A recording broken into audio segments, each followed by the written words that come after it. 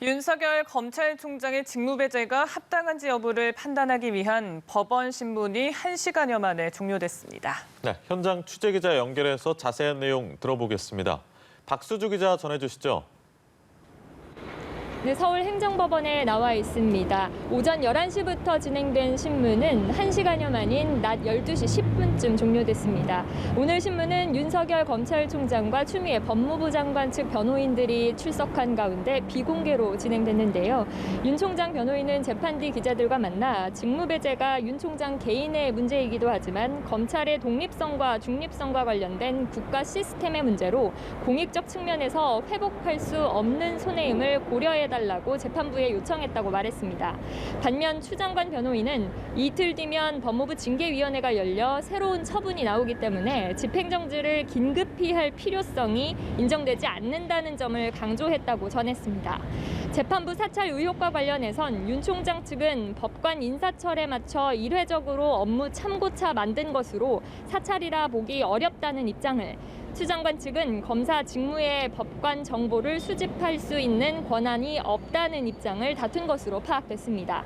오늘 신문에는 윤 총장에 대한 감찰을 주도한 박은정 법무부 감찰 담당관도 출석해 눈길을 끌었습니다. 네, 그럼 법원의 결정은 언제 나오는 겁니까? 네, 오늘 신문이 종결됐기 때문에 재판부는 이르면 오늘, 늦어도 내일 결론을 내릴 것으로 보입니다. 당장 모레 법무부가 징계위원회를 열 예정이기 때문에 이보다 결론을 늦추긴 어려울 것이란 관측이 우세한데요.